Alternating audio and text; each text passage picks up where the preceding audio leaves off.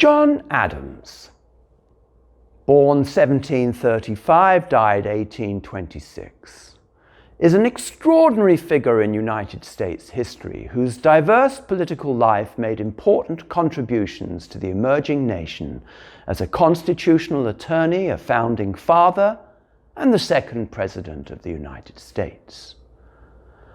At 16 years old, Adams took an undergraduate degree at Harvard University, and upon graduation, pressured by his Protestant parents to become a minister, he was unsure how to reconcile clerical life with an investment in law and politics, especially as his liberal values and his call to revolutionary action conflicted with traditional church conservatism.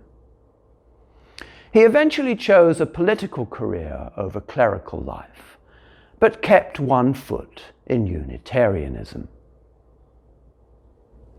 First, Adams briefly taught in Worcester, Massachusetts, but returned to university driven to legal studies by a determination for distinction, reputation, fame, and fortune, for he viewed attorneys as exemplars of justice and greatness. He obtained a master's degree from Harvard and was admitted to the bar in 1758. His diaries reveal a disciplined, self-admonishing student who diligently examined not only the law, but the performance of being an attorney.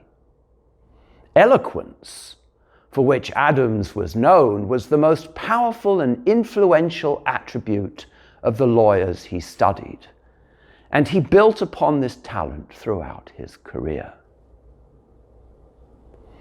We are privileged to have intimate knowledge about Adams' achievements, the development of his political thought, and the development of republicanism on account of the long paper trail he left behind, including thousands of letters to his wife, Abigail Adams, and his friend, colleague, and rival, Thomas Jefferson.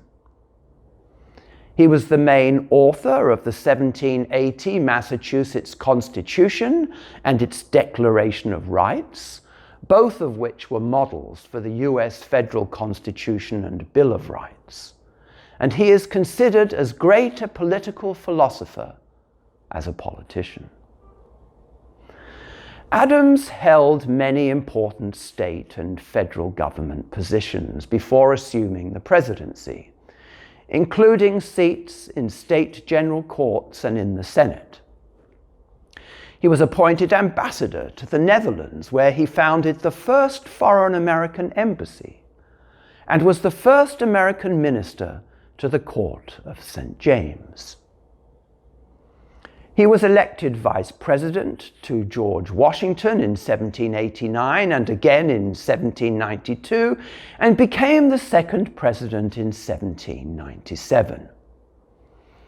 Adams promoted the Republic and federalism throughout his career and was a key figure in the radicalization of early American political thought. He and his wife Abigail opposed the ownership of slaves and use of slave labor, and he countered notions of a purely natural aristocracy. At the end of his life, he wrote to his wife that one of his finest moments was his representation of 9 British soldiers of the Boston Massacre who were charged with the murder of colonists. Though he was a Federalist, an objector of the Stamp Act, and a member of the Sons of Liberty, he nonetheless stood for these soldiers' right for a fair trial and was mostly successful in defending their case. Known by some as an honorable and ambitious man, and to others as vain, opinionated, unpredictable, and stubborn, Adams remains a revolutionary leader of independence who left a legacy of radical social and political thought. In his own words, "I fear that in every elected office Members will obtain an influence by noise, not sense, by meanness, not greatness, by ignorance, not learning, by contracted hearts, not large souls. There must be decency and respect. The great John Adams.